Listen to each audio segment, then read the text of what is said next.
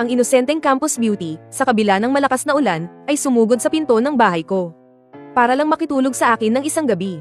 Pero tinanggihan ko siya. Kinabukasan, natagpuan siyang patay sa isang malagim na paraan sa eskinita malapit sa bahay namin. Mula noon, binagabag na ako ng aking konsensya. Pagkatapos kong makapasa sa Police Academy, walang tigil kong hinanap ang tunay na salarin. Pero binura ng malakas na ulan ang lahat ng bakas. Sa loob ng 10 taon, wala akong natagpo ang anumang bakas. Ngunit isang bigla ang kidlat. Ang bigla na lang nagpabalik sa akin sa sangandaan na ito ng tadhana. Go, narinig ko na wala sa bayan ang mga magulang mo para sa negosyo. Ikaw lang mag-isa sa bahay nyo. Pwede ba akong makituloy sa inyo ng ilang araw? Tiningnan ko ang taong nasa harapan ko.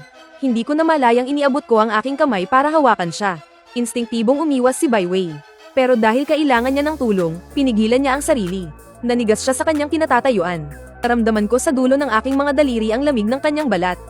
Ang bahagya niyang panginginig ay malinaw na nagsasabi sa akin. Buhay pa siya. Nakabalik nga talaga ako. Papasensya na.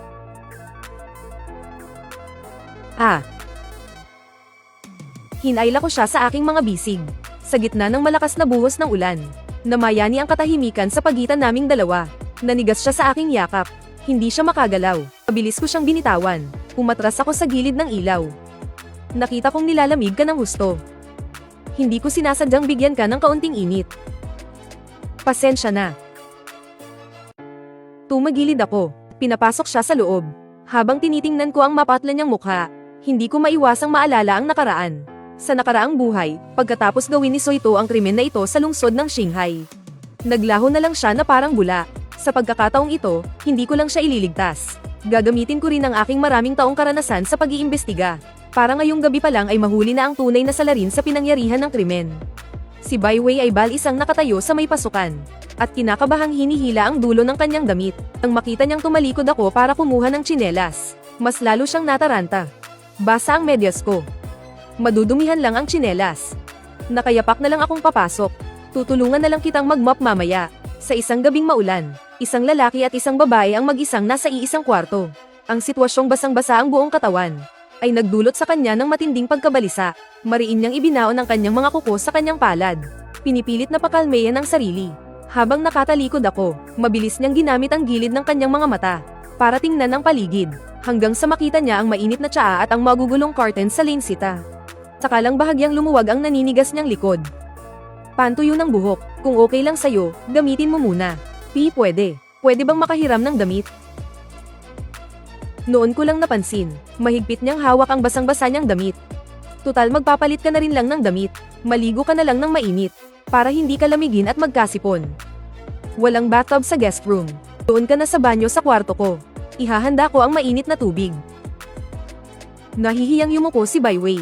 Sumagot siya na parang pabulong. Narinig ang lagaslas ng tubig mula sa banyo. Pinanood ni Baiwei ang likod ko habang abala ako. Sa wakas ay nagkalakas siya ng loob. Tawagin mo na lang ako sa pangalan ko.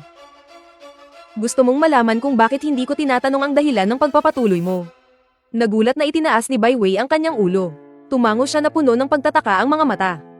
Ang isang magandang babae na tulad mo, na kumakatok sa pinto sa gitna ng malakas na ulan para makituloy, ay siguradong may mabigat na dahilan. Nang marinig niya ang mga salitang iyon, namula ang mga mata ni Baiwei. Sinubukan ko ang temperatura ng tubig. Tumayo at dahan-daang lumapit sa kanya. Bigla kong itinaas ang kamay ko at itinukod sa pader sa tabi ng tainga niya. Kinulong ko siya sa pagitan ng mga bisig ko.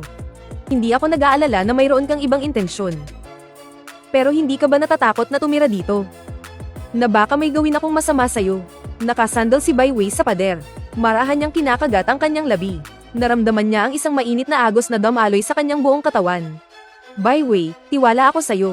Ang kanyang magagandang mata ay buong tapang na nakatitig sa akin. Ang sagot niyang iyon ay tuluyang isinara ang pinto para subukan ko pa siya. Nang maalala kong may importante pa akong gagawin ngayong gabi, ngumiti ako at binawi ang aking kamay. Maligo ka na. Para sa pamalit na damit.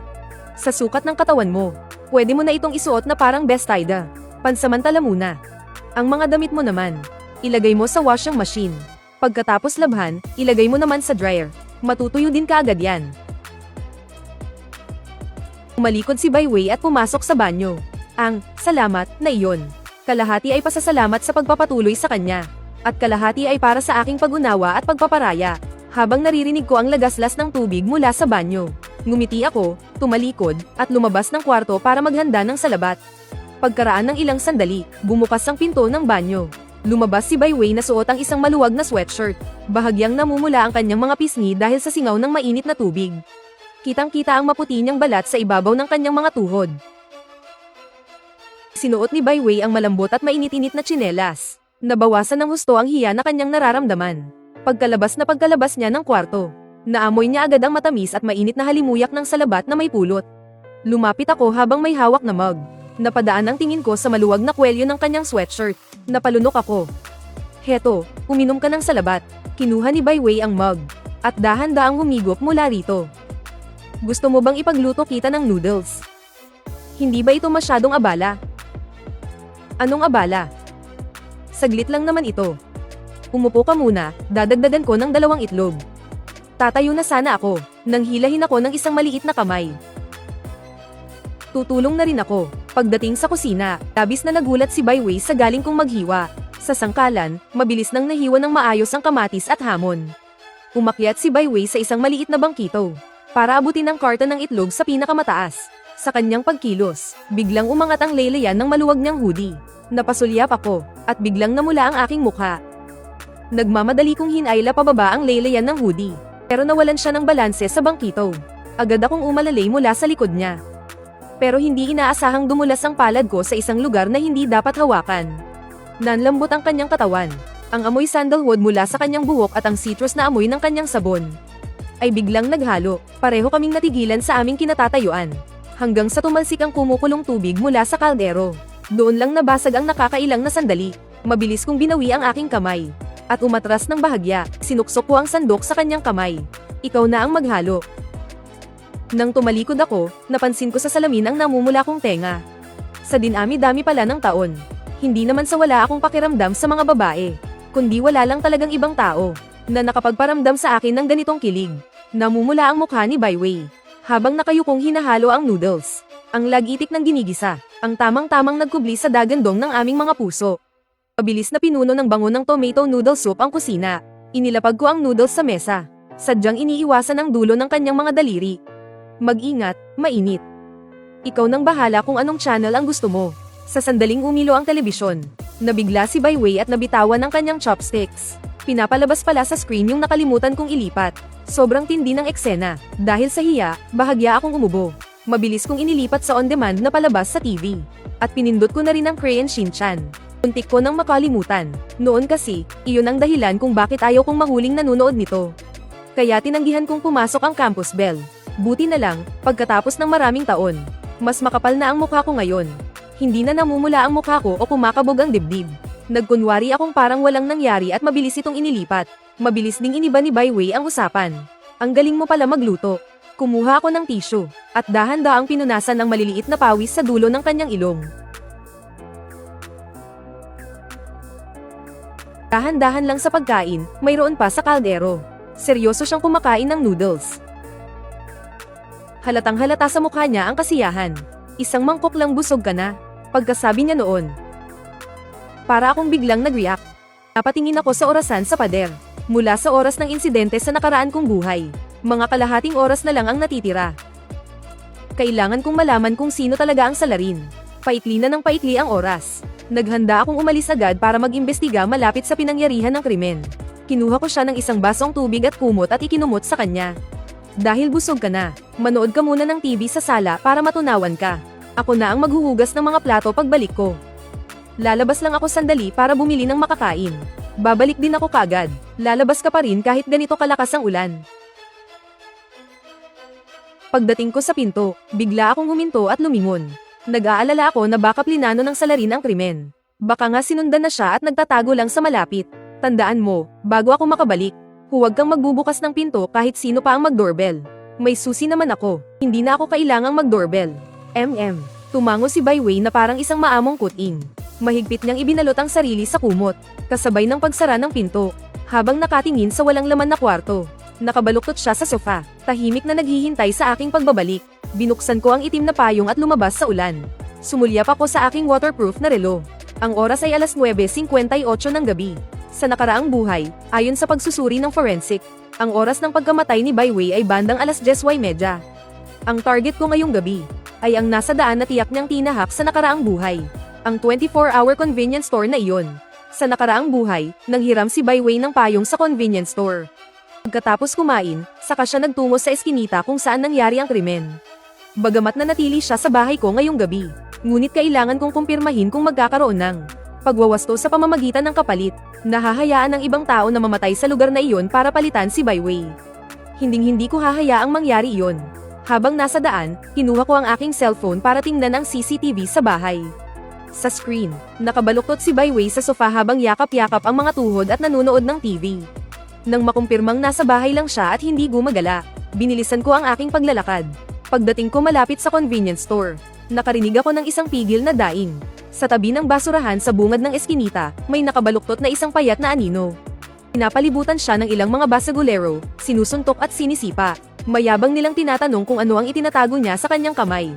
Ang taong nakahandusay sa lupa ay mahigpit na hawak ang isang mapusyaw na kulay abong panyo. Sa tabi niya ay may nahulog na isang latang kahon. Yesi, nakilala ko siya sa isang tingin. Siya ang kaklase kong laging nag-iisa at madalas na binubuli, si Yesi. Nang marinig ang boses ko, biglang napalingon ang mga basagulerong iyon. Agad na namutla ang kanilang mga mukha dahil may impluwensya ang mga magulang ko sa Xinhai City. Takot sa akin ang mga basagulerong ito. Kaya naman nagmamadali silang tumakas na parang nakakita ng multo. Sa eskinita, tanging tunog na lang ng ulan na tumatama sa yero ang naririnig. Yumuko ako.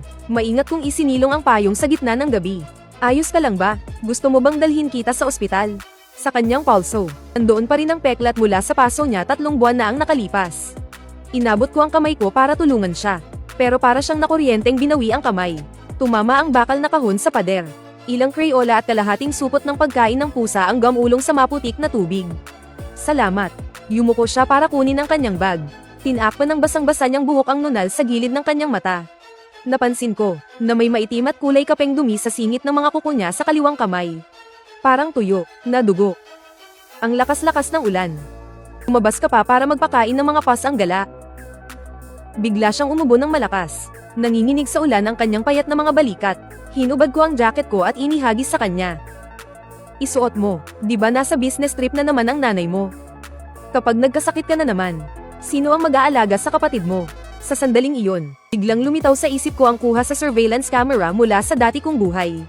Sa dati niyang buhay, tila may nakita si Baiwei sa labas ng convenience store. Kaya siya naglakad papunta sa eskinita. Ngayong nakikita ko si Yesi. Agad kong naintindihan ang lahat. Siguradong nakita ni Baiwei noon. Ang eksena ng pambubuli kay Yesi. Mabilis na nag-flashback sa isip ko ang iba't ibang detalye mula sa dati kong buhay. Kung umalis man si Baiwei sa convenience store sa dati niyang buhay. Ito ay para pigilan ang pambubuli na iyon. Ang kanyang itsurang basang-basa, malaki ang posibilidad na ang pambubuli ng mga sigang iyon ay mauwi sa pananamantala. Pilit kong inalala ang ekspresyon ni Yesi noong Lunes sa dati kong buhay. Mas malala ang mga sugat niya noon kaysa ngayon. Pero wala siyang masyadong ipinakitang reaksyon sa pagkamatay ni Baiwei. Ibig sabihin, malaki ang posibilidad na sa dati niyang buhay, buwis buhay niyang pinigilan ang mga siga. Hindi nila kinuha si Baiwei. Kung hindi sila ang may gawa nito, ibig sabihin, iba ang tunay na salarin. Matapos kong pag-isipan, agad kong natukoy ang isang mahalagang impormasyon. Ang sandata, ang hiwa ay napakakinis, sa ganitong kalakas na ulan. Kung sino man ang may dalang ganoong klaseng patalim, siya ang pinakamalaking sospek, nang maisip ko na malamang may dalang kutsilyo ang 3 siga na iyon. Agad kong ibinalik ang hinala sa kanila. Tungkol naman kay Yesi na puno ng sugat. Noon, ang mahalaga ay mabuhay siya ng maayos hanggang makapagtapos. Sa ngayon, kailangan ko muna siyang isantabi. Kung ayos ka lang, umuwi ka na. Akma na sana akong aalis. Pero huminto ako ulit para tingnan ang sirang payong ni Yesi. Isiniksik ko ang hawak kong itim na payong sa kanyang kamay. Sira na ang payong mo. Gamitin mo itong sa akin. May gagawin pa ako, hindi kita may hahatid. Mag-ingat ka. Bilisan mo nang umuwi, bago pa man makatanggi si Ye. Sumugod na ako sa malakas na ulan. Tumakbo hanggang sa hindi na makita. Dahil sa sobrang lakas ng ulan, hindi nakalayo ang 3 siga. Nagtatago sila sa ilalim ng isang pasilyo para sumilong. Nagmumura sila habang nag-uusap. Kung dapat ba nilang isako ang ulo ko at bugbugin ako. Pero nag-aalangan sila dahil sa background ng pamilya ko. Mabilis na akong sumugod sa kanilang harapan. Nagulat ang tatlong siga. Akala nila nandito ako para humingi ng pera. Sunod-sunod silang kumaway ng kamay at umatras. Hoy, kayong tatlo, pahiram naman ng gamit. Nagkatinginan ng tatlo. Puno ng pag-iingat ang kanilang mga mata. Hindi pera, iba ang hihiramin ko. Tumingin sa akin ang tatlo na puno ng pagtataka. Tinitigan ko sila, at ngumiti ako ng isang ngiting parang walang masamang balak.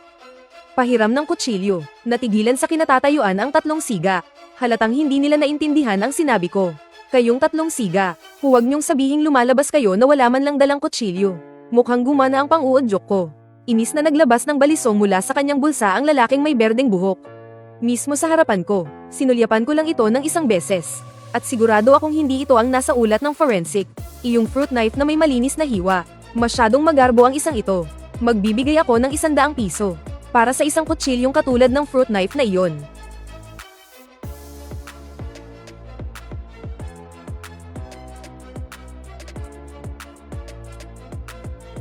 Magandang klase sana, pero 100 piso lang ang dala ko.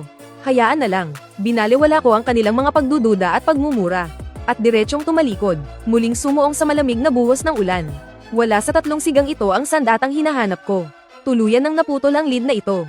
Isang matinding pagkabalisa, ang nagniningas sa loob ko. Sa totoo lang, ang pinakamadaling paraan para malutas ang kaso, ay ang sabihin kay Byway, tulad ng ginawa ko sa dati kong buhay. At saka siya lihim na sundan. Para mahuli sa akto ang tunay na salarin sa pinangyarihan ng krimen. Pero sa pagkakataong ito na bumalik ako, sa sandaling nakita ko siyang ligtas at walang anumang masamang nangyari. Hindi ko talaga mapigilan ang bugso ng damdamin ko. Mas pipiliin ko pang mag-imbestiga na parang naghahanap ng karayom sa dayami. Kaysa isugal muli ang buhay niya. Bumalik ulit ako sa convenience store. Bumili. Inabutan ako ng mabait na tindera ng malinis na tuwalya. Para patuyuin ko raw ang tubig ulan sa buhok ko. Nagpasalamat ako. Matapos magpunas, inilagay ko ang cellphone ko sa isang waterproof bag. Binilisan ko ang aking paglakad. Muli kong binuksan ang payong. At sumuong sa malakas na hangin at ulan. Patungo sa tila itinadhanang lugar ng krimen. Pagpasok ko pa lang sa tabing ng ulan, muntik nang mabali ng malakas na hangin ang tadyang ng payong. Tumatapak ako sa putikan at mga basag na bubog sa sahig. Sa wakas, narating ko na ang simula ng blind spot ng CCTV. Ito mismo ang lugar na nasa trace evidence report mula sa dati kong buhay. Ang crime scene na paulit-ulit na binabanggit. Bahagyang kumikinang ang waterproof kong relo. Ipinapakita nito, 10:17 na ng gabi. Biglang umihip ang malakas na hangin. Diretsyong binaliktad nito ang payong ko. Kaya naman binitawan ko na lang ang payong. Hinayaan kong bumuhos sa akin ang malamig na ulan. Nag-vibrate ang cellphone ko sa loob ng waterproof case. Habang nakasandal sa basang pader, binuksan ko ang CCTV sa bahay. Sa loob ng mainit-init na dilaw na ilaw, nakabaluktot si Byway sa paanan ng sofa. Hindi mapakali ang kanyang mga paa. Paulit-ulit siyang tumitingin sa pintuan. Ang kanyang itsura ay puno ng pag-asa. Pero may bahid din ng kaunting pag-aalala. Maghintay ka pa ng kaunti, ayos din ang lahat. Huwag kang kabahan. Biglang may narinig akong ingay mula sa dulo ng eskinita. Isang kalampag ng metal. Agad akong naging alerto at dahan-daang lumapit doon. Ngunit hindi ko inaasahang makita ang isang kakilala. Ang kilalang bully ng Shanghai Second High, si Jiang Yan. Sa mga oras na ito, nakaupo siya sa ilalim ng silungan ng isang ilegal na istruktura, habang nagbabalat ng mansanas gamit ang isang maliit na kutsilyo. Diba't siguto. Gabing-gabi na at napakalakas ng hangin at ulan. Tapos wala ka pang dalang payong. Anong ginagawa mo rito? Ay inasikaso lang sa labas. Nasira ng hangin ang payong ko. Ikaw, anong ginagawa mo rito sa ganitong oras ng gabi? Ginamit ni Jiang Yan ang dulo ng kutsilyo para pulutin ang kulubot na balat sa loob ng plastic bag. Alam kong ang pagiging bully niya sa eskwelahan ay isang pananggalang lang. Mahirap lang ang kanilang pamilya. Ang nanay niya ay may malubhang uremia. Nagdala lang ako ng prutas para kay mama. Kaso, pinaalis niya ako. Sa gilid ng kanyang rain boots, may mga bakas ng anti-slip plaster na karaniwang ginagamit sa mga pasilyo ng ospital. Sa kanyang katawan, may halong amoy ng disinfectant na sa mga intensive care unit mo lang maaamoy. Ngunit ang paningin ko ay nakatutok sa hawak niyang fruit knife. Ang mga katangian ng kutsilyong ito ay tugmang-tugma sa paglalarawan ng murder weapon sa kaso ni Byway. Anong ginagawa mo dyan sa ulan? Halika na rito dali. Dyan lang sa tabi ang bahay ko. Pahihiramin kita ng payong. Kara-rating ko lang sa silungan. Nang biglang tumunog ng malakas ang cellphone ni Jiang Yan. Mula sa kabilang linya ay narinig ang nag-aalalang boses ng isang nurse. Sabi niya, biglang bumagsak ang blood oxygen ng nanay niya. Agad na nagbago ang itsura ni Jiang Yan. Nahulog ang fruit knife sa tubig baha, ni hindi na siya nakapagpalem. Tumalikod siya at tumakbo na parang baliw sa gitna ng malakas na ulan. Tumuko ako at pinulot ang kutsilyo mula sa maputik na tubig. Naramdaman ko ang malamig nitong pagdampi.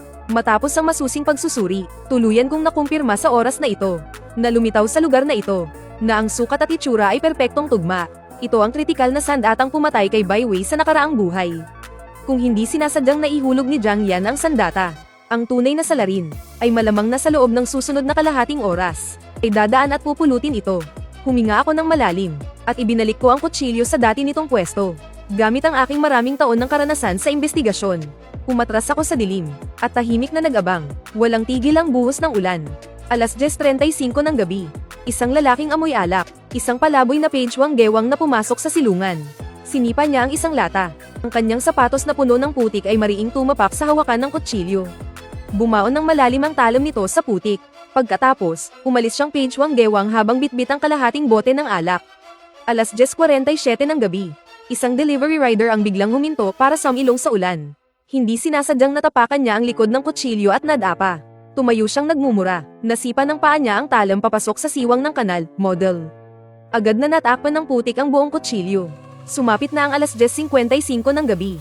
Ang kutsilyong natatakpan ng putik. Halos imposible nang may makakita pa rito nang hindi sinasadya, mula sa tinatayang oras ng pagkamatay ni Bai Wei sa nakaraang buhay. Ilang minuto na lang ang natitira. Bigla, isang anino na nakasuot ng itim na kapote, at may suot na maskara ang dumaan sa dulo ng eskinita. Nakayuko ang kanyang likod. Dumiretso siya patungo sa kutsilyong nababalutan ng putik, at yumuko. Agad na nanigas na parang kwerdas ng pana ang mga kalamnan sa buong katawan ko. Sa sandaling iniabot niya ang kanyang kamay para hawakan ang puluhan ng kutsilyo. Sa kanyang pulso na lumabas mula sa manggas, kitang-kita ang isang malaking peklat mula sa paso ng sulfuric acid. Bigla akong lumabas mula sa dilim.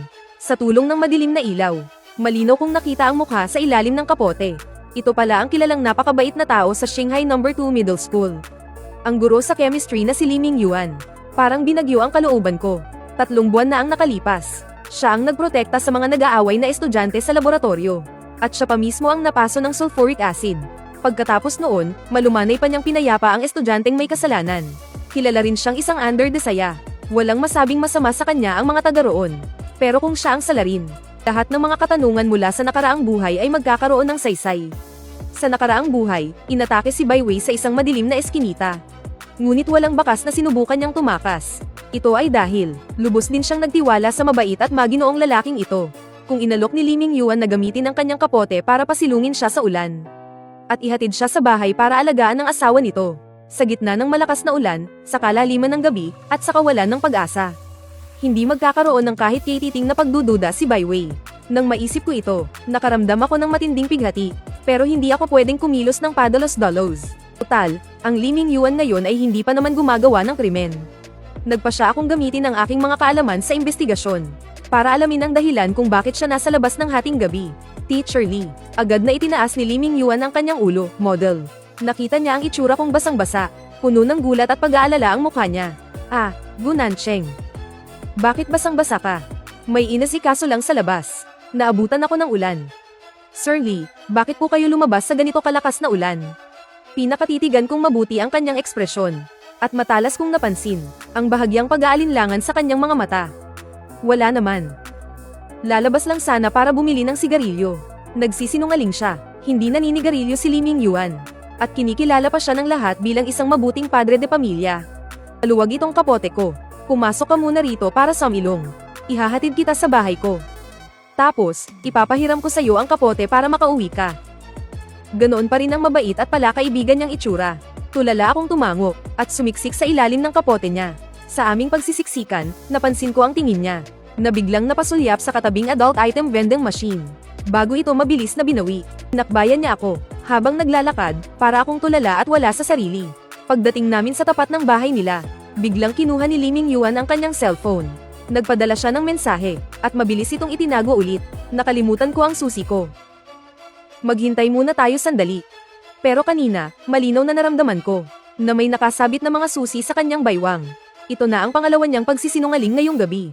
Lalong lumaki ang pagdududa ko. Makalipas ang ilang sandali, sa wakas ay bumukas ang pinto. Ang nagbukas ay ang asawa ni Li Mingyuan. Si Shen Qing, isang chemistry teacher din sa aming eskwelahan. Nakasuot siya ng silk na roba. Maluwag ang pagkakatali ng sinturon nito. At namumula ang kanyang mga pisngi. Lumabas ang mainit na ilaw mula sa pasukan. Nakita ko ang nakatumbang bote ng red wine sa coffee table sa sala. Ang mga nakasinding scented candle at ang mga nagkalat na talulot ng rosas. Bumabakas pa sa hangin ng isang romantikong pakiramdam. Sa sandaling iyon, biglang lumino ang isip ko. Lahat ng mga clue ay biglang nagdugtong-dugtong at bumuo ng isang malinaw na kwento. Si Shirley pala ay naghahanda para sa isang romantikong gabi. Pero nalaman niyang naubusan na pala sila ng personal na gamit. Kaya naman, sinabay na niyang linisin ang barrel sa drain ng banyo. Doon niya aksidenteng napulot ang fruit knife na iyon. Aksidente, dahil nakasalubong niya ako habang hawak ang fruit knife. Nahiya na siyang lumabas ulit para bumili ng mga gamit. At ang pagpapanggap niya kaninang wala siyang dalang susi at pagpapadala ng text ay para lang bigyan ng asawa niyang nakapijama ng oras para makapagpalit ng damit, lahat ng kanyang mga kakaibang kilos. Sa sandaling ito ay nagkaroon na ng makatuwirang paliwanag. Bakit basang-basa ka? Nako, pasensya na po sa abala. Heto, kunin mo itong tuwalya at magpunas ka. Salamat po, ma'am. Kinuha ko ang tuwalya at pinunasan ang aking buhok. Ngunit ang pagdududa sa puso ko ay napalitan ng mas malaking pagkalito. Kung siya pa rin yung dating mabuting tao. Kung ang asawa niya ay sabik na naghihintay sa kanyang pag-uwi para sa kanilang pagsasama. Ang isang lalaking tulad niya, magnanasa nga ba talaga sa isang babaeng estudyante sa daan? Papatay at magtatapon ng bangkay. Napansin ni Shenqing si Li Mingyuan, na may hawak pa ring maruming kutsilyo, at nagtatakang nagtanong. Saan mo napulot yung kutsilyo? Bakit ang dumi-dumi niyan? Sa bungangan ng kanal ko napulot. Nakabara kasi sa maraming basura. Nagkataon lang na nakasalubong ko si Gunancheng kaya nakalimutan kong itapon. Sabi ni Li Mingyuan habang akmang itatapon ang kutsilyo sa basurahan. Pero bigla akong nakaramdam na may mali. Sandali lang po, Sir Li. Patanjin po ng kutsilyong yan. Nagtatakang binaligtad ni Li Mingyuan ang kutsilyo. Itinuro ang talam papunta sa sarili niya. At iniabot sa akin ang hawakan. Itong di sinasadyang kilos niya para makaiwas sa sakuna. Muli nitong pinatunayan ang likas niyang kabaitan. Kinuha ko ang kutsilyo at sinuring mabuti. Agad na nagbago ang ekspresyon ko. Masyadong madilim ang ilaw kanina kaya hindi ko ito nakitang mabuti. Ang talam pala ng kutsilyong ito ay may bahagyang bingo. Malinaw na ito ay dahil ginamit ni Jiang Yan. Napanghiwa sa isang bagay na matigas. Walang anumang nabanggit sa ulat ng medico-legal tungkol sa kutsilyong may bingo.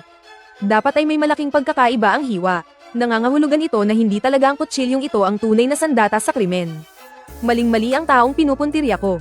Mabilis kong sinulyapan ang aking relo. 11:00 na ng gabi. Ang tunay na salarin ay baka ngayon palang lumilitaw. Bigla akong nataranta. Dali-dali kong isinauli ang tuwalya kay Shenqing.